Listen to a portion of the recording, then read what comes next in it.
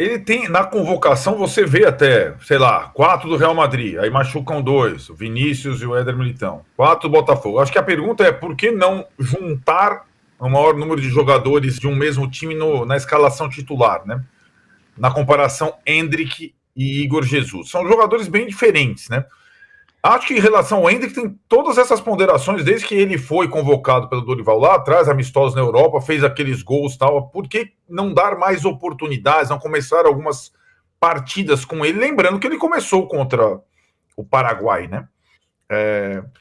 E acho que existe uma certa cautela em relação ao jogador.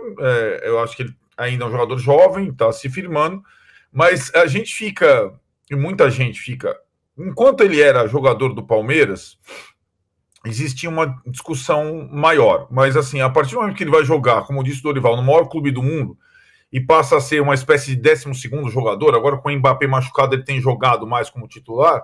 Pô, se o cara é titular do Real Madrid, ele tem que jogar na seleção brasileira, ainda mais pelo nível atual da seleção brasileira. O que me parece, Tironi, Igor Jesus e Endrick à parte, é que o Dorival ainda está procurando uma formação que lhe dê. O Dorival é um técnico que, curiosamente, nos times em que ele dirige, ele rapidamente consegue colocar o carro num rumo, adotando um sistema e insistindo basicamente numa mesma escalação. Foi assim no Flamengo, foi assim no São Paulo. Na seleção parecia o início ser assim, mas alguma coisa não funcionou nesse processo.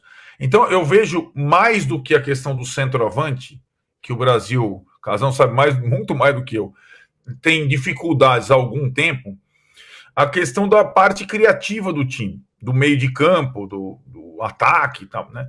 E dessa vez, pelo indício, ele vai, em vez de colocar lá o triângulo que ele tanto gosta no meio, escalar a seleção com um volante, o André, o Paquetá mais atrás, e aí um trio atrás do centroavante, o Igor Jesus. E aí que tá, para mim, aí que eu ia te falar, falei com você um pouco antes do programa. Isso. Neste trio tem uma novidade, que poderia já ter sido testada antes. O Rafinha do Barcelona é um dos queimados pelas derrotas nas Copas, certo? Um daqueles jogadores que ficou tão em evidência. Ele foi responsável por um ótimo período da seleção do Tite pré-Copa. Na Copa não foi bem e ficou lá marcado com aqueles ferros de marcar boi, né? Ah, esse fracassou na Copa.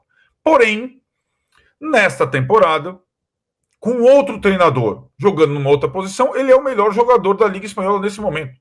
Melhor que o Endrick, melhor que o Vinícius, melhor que o Éder Militão. Jogando como camisa 10, atrás do centroavante. Uma posição em que o Brasil não tem ninguém firme no momento, desde que o Neymar se machucou, o Rodrigo oscila, o Paquetá foi ali, e nessa posição vai jogar o Rafinha dessa vez. O Savinho citado vai jogar numa ponta, e na outra ponta, com mais liberdade, o Rodrigo. Esse será o trio. Rodrigo, Rafinha, Savinho. E o Rafinha, na última convocação, ele nem apareceu. E eu questionei a comissão técnica da seleção. Vocês estão vendo o Rafinha jogar nessa nova posição no Barcelona? Ele já era o melhor jogador do início do espanhol, fazendo vários gols, inclusive, e tudo mais. O Barcelona joga com o Yamal de um lado, o Del Olmo do outro lado, e o Rafinha de 10 atrás do Lewandowski, é assim que joga o Rafinha hoje como destaque. A justificativa para a não convocação do Rafinha foi ele estar suspenso da primeira partida contra o Equador em casa. E eu fiz a segunda pergunta, mas ele não seria, nessa escassez completa, uma opção melhor que o Lucas Moura para ser convocado para a segunda partida no Paraguai, que é a mais difícil? E aí silêncio do outro lado da linha, né? Acho que a situação e essa convocação do Rafinha nessa posição é tardia. Vale a pena observá-lo. O cara está indo muito bem nessa posição.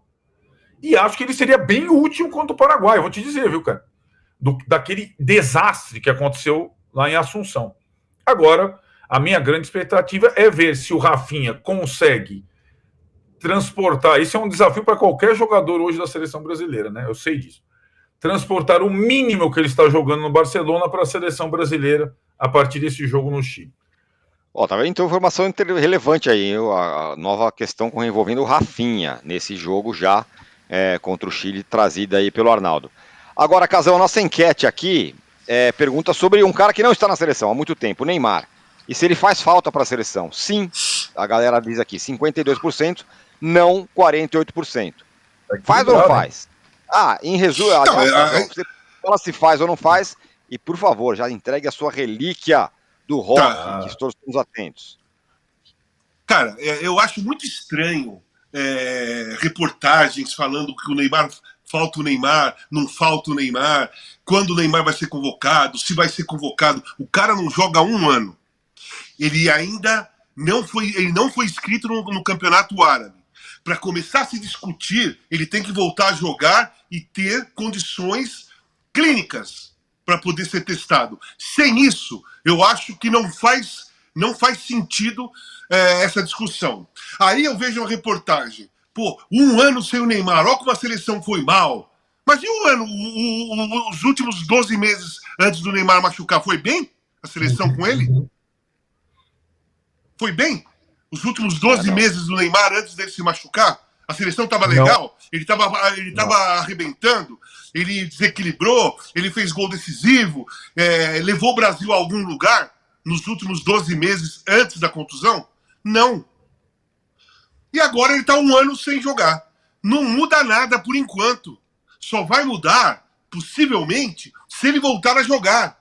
Se ele voltar a jogar melhor do que ele estava jogando os 12 meses antes dele se machucar, eu acho que aí, obviamente, faz diferença, porque ele é um jogador muito técnico, não tem mais força, não tem mais arranque, né? E teve uma contusão gravíssima, que é ligamento cruzado, que modifica a mobilidade do jogador, modifica muito, mas ele tem a técnica, se ele mudar o modo dele jogar, ele não pode voltar e querer carregar a bola como ele carregava sempre, como ele carregou sempre, e nos últimos anos, antes da contusão, não estava dando em nada. Ele tem que voltar agora, mais velho, depois de 1 ano de contusão, depois de uma contusão grave, voltar e tocar. Ser inteligente para jogar. Se quiser jogar como jogava antes, vai ser uma presa mais fácil do que estava sendo. Porque ele estava sendo presa fácil. As pessoas esquecem que o Brasil empatou 0-0 com a Venezuela em Cuiabá e o 10 era o Neymar. As pessoas esquecem. Parece que sem o Neymar, com o Neymar, o Brasil goleava todo mundo. Jogou em casa com a Venezuela e empatou por 1-1. Então, calma. O Brasil tá mal, o Brasil tá desesperado para arrumar um cara ali criativo. Pode ser o Neymar? Pode ser o Neymar, mas enquanto ele não voltar a jogar, entrar em campo, tomar pancada, dividir, sabe, mudar de posição, girar em cima do joelho, nós não podemos ter uma avaliação, porque eu sei que essa cirurgia é gravíssima. Essa contusão é gravíssima. Eu tive essa contusão nos 2 joelhos. E olha quantos jogadores na última semana tiveram a mesma contusão. Vários jogadores, ao mesmo tempo, estão tendo a mesma contusão. Ruptura de ligamento cruzado. Essa semana teve uns 3 ou 4 no mundo, né? Então tem que ter calma. Eu não dou uma opinião sem ver o Neymar em campo de volta, dividindo, correndo, sofrendo falta, sabe? Para ver como ele está clinicamente. Pode me dar? Claro. Então é o seguinte, a minha relíquia do rock mesmo, heavy metal, é uma banda que veio 3 vezes no Brasil, eu assisti as 3 vezes. A primeira no Rock in Rio, na Cidade do Rock, a segunda em 85, 96 no Pacaembu e 2009 no Morumbi. Então, o Arnaldo já matou a parada. E CDC. Então, eu vou falar sobre CDC, que é uma das minhas bandas preferidas. Não perco o show deles de forma nenhuma. Então, eu vou mostrar uma trajetória. Não é a história, mas é uma boa parte da história. Então, eu vou começar com esse disco aqui de 75, High Voltage, que é o primeiro disco do AC/DC, primeira gravação, primeiro disco de 1975, Bon Scott no vocal, que é, para mim, um dos maiores vocalistas de heavy metal de todos os tempos. É claro que eu gosto muito do Brian Johnson, mas eu prefiro o AC/DC do Bon Scott. Então esse é o primeiro disco. Eu também. Esse segundo disco aqui é o Jailbreak. Olha só, olha que capa maravilhosa esse disco aqui. Esse disco aqui tem... todas as músicas foram gravadas em 75, só que Jailbreak foi gravado em 76. Esse disco é de 76. Foi um dos primeiros sucessões mesmo, né? Exatamente, ó. Isso aqui. O terceiro disco é espetacular. A capa desse DC é outra coisa, né? Coisa assim de fora do comum. Então aqui é esse disco aqui de 78. Esse é o melhor disco ao vivo em todos os tempos. Ó, a contracapa é espetacular também. É muito boa, né? Não é? Olha só que disco maravilhoso. Esse aqui é mais um disco com o Bon Scott. Aí eu passo pro grande disco, talvez o grande disco do AC/DC, que é o Back in Black, né? Já com o Brian Johnson no vocal. Sim. Que tem diversos clássicos, inclusive Back in Black, né? Hells Bells. Enfim, é um disco dos melhores discos de heavy metal da história. Esse disco aqui.